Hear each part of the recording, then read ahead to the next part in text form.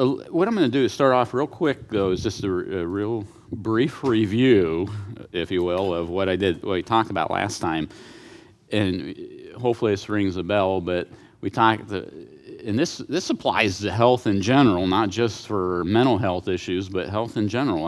This is kind of the way, when we look at things from a nutritional standpoint, that it fits together. That is, there's really kind of three overall key factors involved, and it's obviously us as the individual, and then, but also the things that we consume, in other words, the nutrients that we take in, whether they're good for us or not.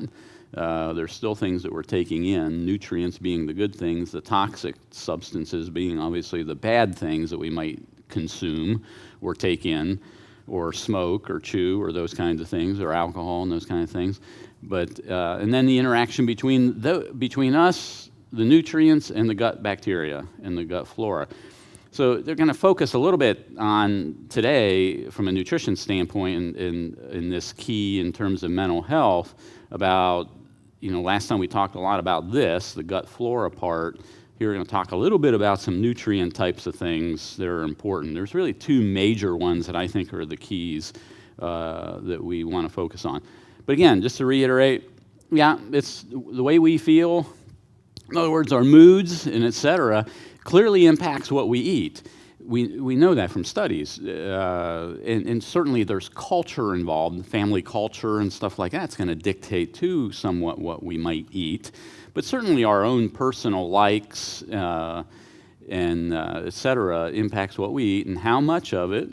And also then the types of toxic substances and things that we might take in alongside of that. So, whether we are aware of them or not, there can be these toxic substances. We know that. So in other words, lots of preserved foods and stuff like that have a lot of bad side effects from those types of things, potentially.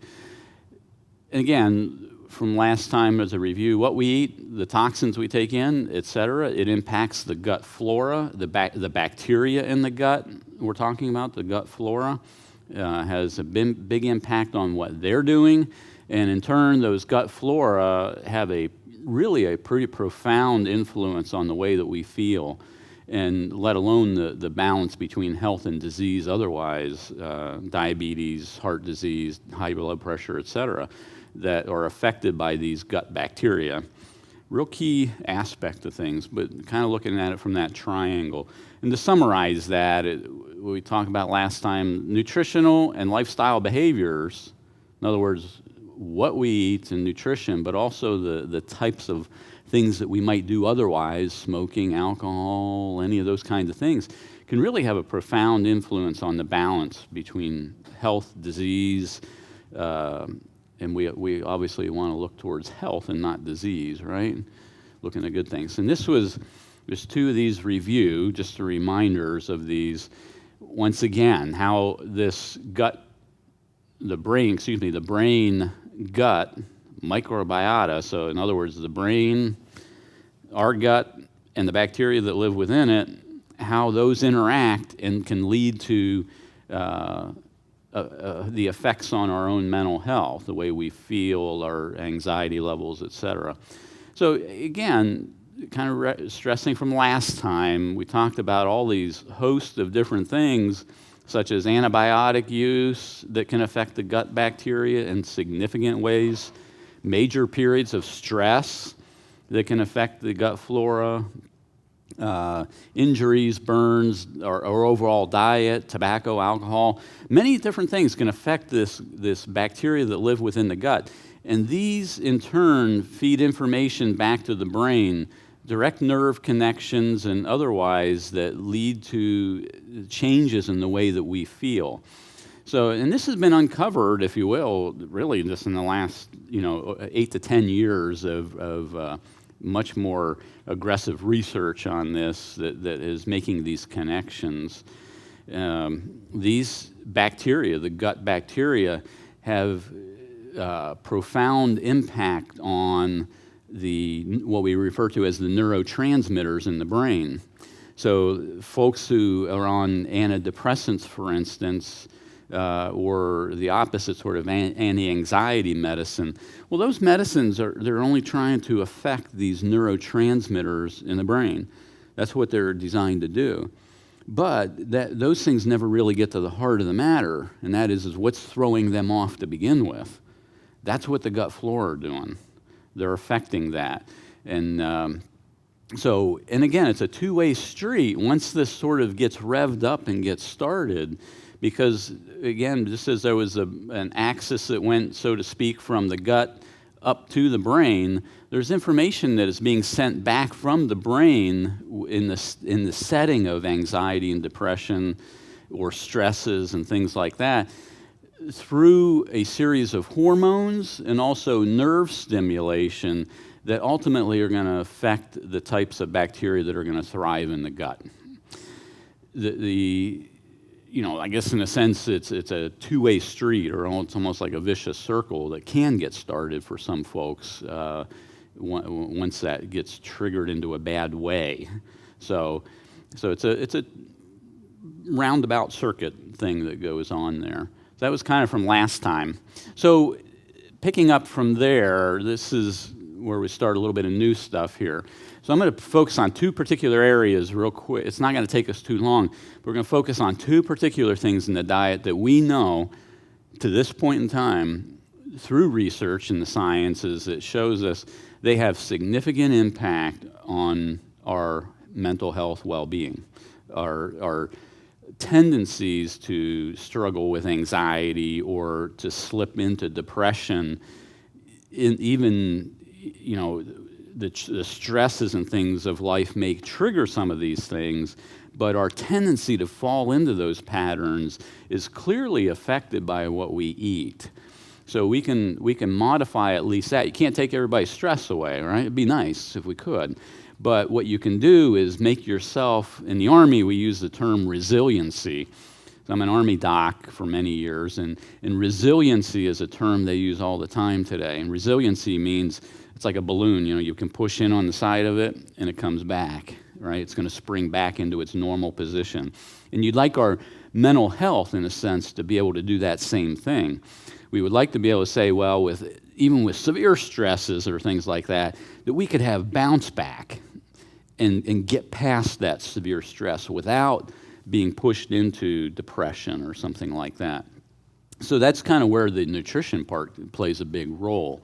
So what are those two diet factors we're going to talk about? Added sugars and omega-6 fat. We already talked about one of these, omega-6 fat, like way early on in one of these talks we did. We talked about vegetable oil particularly because that's one of our biggest sources of omega-6 fats. And that has a major role in anxiety and depression, but so does sugar. So here's just a couple of things that, and I'll run through these real quick. But there's been a lot of studies, in particular, again, in the last 8 or 10 years, that have looked at the relationship between depression and anxiety in particularly, and the consumption of lots of sugary beverages, sweetened teas, etc., just generalized processed carbohydrates, cookies, cakes, pies, all that good stuff that we like. And most of these studies, though some of these have been what we call retrospective, that means you're looking for folks who have anxiety and depression, and then you're teasing through their diets to see what they're actually doing. Those are called retrospective. They already got the problem, but now you're looking at their diets to see the connection. So there's a lot of those types of studies, and they've all pretty much suggested that high amounts of sugar intake are associated with anxiety and depression. And I always thought, the easiest example of this, if you got kids, you guys got kids at home? Little ones? Any more? Mine are all, my grandkids are even old now. But, when you was a little kid, if you don't feed them sugar right before bed, never a good thing, because they tend to bounce around all over the place and get hyper real easy. It's a perfect example of that. But when you look at it in adults even, some of the same things carry forward. So there's, getting away from those retrospective though, there are some studies where you've actually now sort of trying to prove, if you will, that diets lower in sugar are actually more beneficial for preventing depression and anxiety to begin with. And it turns out that that these, generally speaking, have been positive studies. This last study I'm talking about here, this one was from called the Women's Health Initiative, and this is kind of a mixture. It's between a retrospective and it's more of a what we call a cohort type of study. But in any event, what they've very clearly showed that the higher amounts of added sugar in the diet, in other words, not naturally occurring sugars like fruits and things that are naturally sweet, but added sugars, the higher amounts across the board, you keep stepping up. So you look at groups of people, the more sugar they consume, the more likely they suffer from anxiety and depressive disorders. Same, or the converse goes when you look at that same sort of studies, that the higher amounts of dietary fiber, fresh fruits and vegetables is clearly associated with a somewhat protective benefit from anxiety and depression. So in other words, the lack of sugar, but more good foods, dietary fiber, fruits, vegetables, as the higher amounts of that in our diet, the more protective in regards to anxiety. So, but despite that, what's interesting here is that when we look at the amount of sugar that we actually do consume in the United States, you need to look back. We actually have great records all the way back into the 1700s on sugar in the United States. And the reason is because it was all sugar in the 1700s was imported. We didn't produce any. It was all imported. And it was not very common. So, in fact, it was a rarity for most people. All the way to the point in the mid-1700s, the average American consumed about 2 pounds per year of sugar. And that would have been the wealthy people, because it was very, very expensive. And it was also heavily taxed by the British, right? You know, we went to war over that, independence, and, you know, over tea and sugar and rum imports, you know, over taxation. So we had great records of that. When you get to the United States today, we are at 120 pounds per year per person, across the board. That's men, women, children, babies. The entire population averaged across. So you know them babies aren't eating much, right? And the old adults aren't either. But we've gone from 2 to 120 on average right now. Massive increase. And it went with the stock market, by the way, which is interesting data. That's the Dow Jones Industrial Average. As it ticked up over the years, the sugar consumption ticked up the same, right in parallel with that. The wealthier the nation as a whole, the higher the sugar consumption. And it actually floats up and down. You can see, I mean, different periods like World War II and stuff like that, it dropped off. And it's kind of interesting. That number right there, so 120 pounds, that's 30 of these bags per year, per person. 30 bags per person per year. So when you average it all out, 28 teaspoons per day is what the average American consumes. Another way to look at it, 10 pounds per month is what it would average out to. It's 120 pounds per year, or 10 pounds per month. That equals out to about almost 20 ounces of Mountain Dew per month. Just so you get a sense of, that's what the average American's doing. Hopefully you guys aren't anywhere near that, right? Hopefully not good. Here's what one stuns me, though. This is our own FDA, and the FDA currently is saying that 10 teaspoons per day or less are what we should be doing with added sugar. But even with that, that's like 42 pounds per year of sugar if you calculate it all out. If you ate 10 teaspoons a day, that's still a lot of sugar.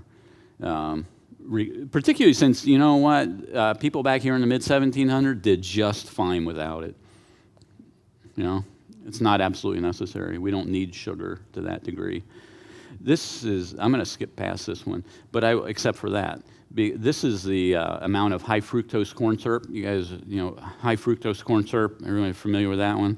That's the sweetener in most of the beverages today, and it's used in a lot of different products. High fructose corn syrup. It's a combination of fructose, sugar, as well as glucose, but it has a lot more fructose than glucose in it. It's a type of sugar that's made from corn, particularly for corn syrup. We consume on average about 40 plus pounds of that stuff per year. That's part of that 120, but that's on average about 40 pounds of this stuff now.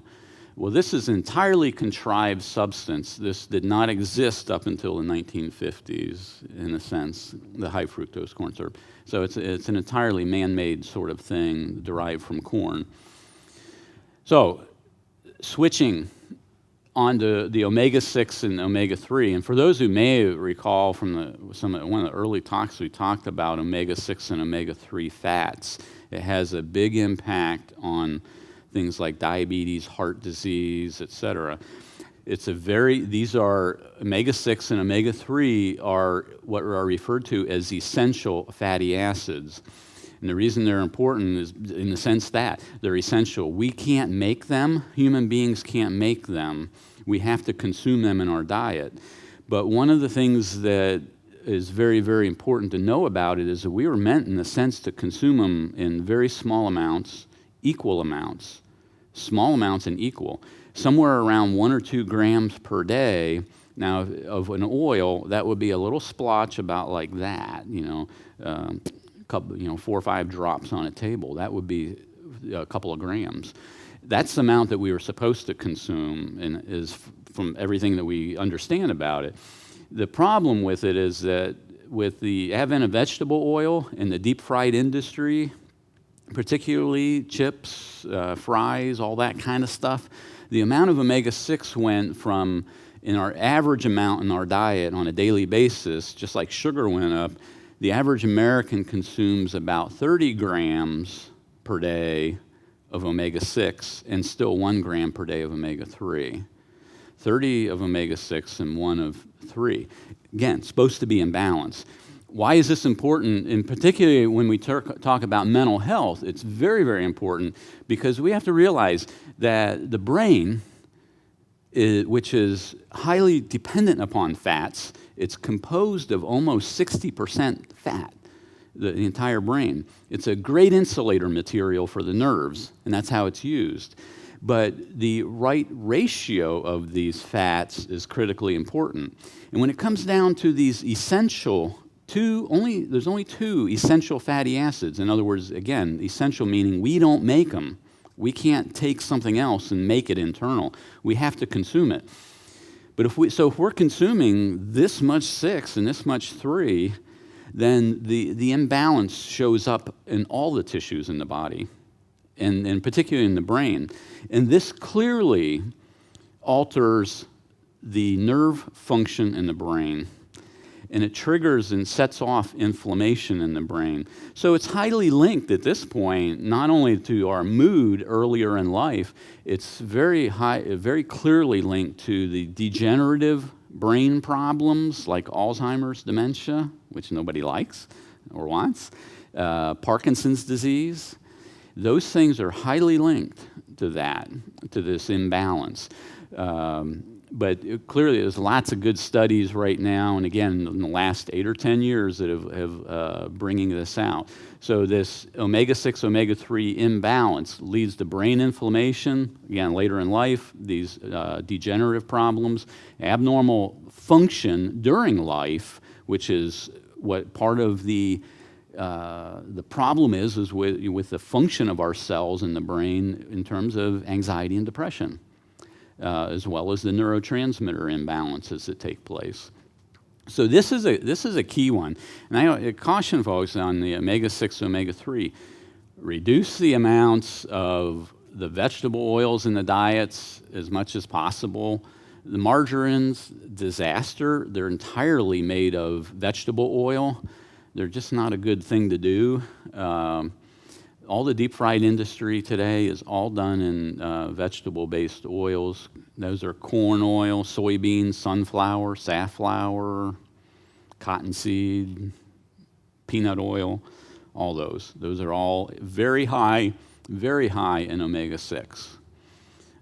Salad dressings, that's another big source for omega-6 that we should be at least aware of. The less of that we do, not that we got to go out and supplement with fish oil and things, because that's where people are doing. If you heard of people taking fish oil supplements, it's so they get omega-3. Fish oils naturally occur and has lots of omega-3 in it, so that's why people are doing it. They're trying to offset the amount of omega-6. The best way to handle this is to cut this down, and it works a whole lot better as far as I'm concerned. So we'll wrap it up. Too easy. Two major points in this from a nutrition standpoint. One, sugar consumption, try and limit. There's many other health benefits to that as well, but from a mental health standpoint, there's very clear indications that it's associated with anxiety, depression. Second, omega-6 consumption, try and reduce or keep as low as possible. It's hard, you don't need to get rid of all of it. It's best to just kind of keep it in check and not allow that kind of like deep fried and vegetable oil types of stuff. So what changes can you do? First off, one, a diverse diet is just overall health, right? Good health, more vegetables, fruits, nuts, and just overall, not that you got to get rid of meats, but less meats overall. And the added sugars in the vegetable oil in particular are a couple of problem areas. But it's just not just our mental health, but health in general associated with bad outcomes or bad problems from these two substances. There is some interesting studies. This one that we quoted a little while ago or talked about or alluded to a little while ago, the Healthy Med study. This was a study on using something called the Mediterranean format of diet. And that's what basically this is right here. Mediterranean format means it's mostly vegetables, fruits, nuts, good stuff, less processed, smaller amounts of meats, include fish if you can. And they, in that Mediterranean format of diet, they do not use vegetable oil. It's another key point of the Mediterranean format. They don't use vegetable oil. But this was a large trial that was done where you randomized people into this study, and you had them hopefully follow the Mediterranean format of diet versus whatever they want to do or whatever they were doing. It's a general diet. And olive's a reasonable source. Yeah, olive is good. Little bits of coconut oil, butter, small amounts. Not overdoing it with any of them. Better than margarine. Yeah, far better. I mean, overall, but within limits. Just not overdoing it. But in that Healthy Med trial, with that format of what we're talking about there, very beneficial in improving depression symptoms. So those are people who went into the study who had depression and treating them not with Prozac and all these other things. No, Mediterranean format of diet. It's as effective as any medicine that's out there, Mediterranean format of diet, for treatment of depression. That's a big deal, It really is. It's just, and it's simple things. So again, Mediterranean diet includes mostly vegetables, at least some raw vegetables in there, fruits, small amounts of nuts daily, limited red meats, and they include fish. The Mediterranean diet does not include the typical vegetable oils, but does include olive oil, like you were talking about there. And those would be some major things, but this is just a healthy principle across the board that is good for our health overall.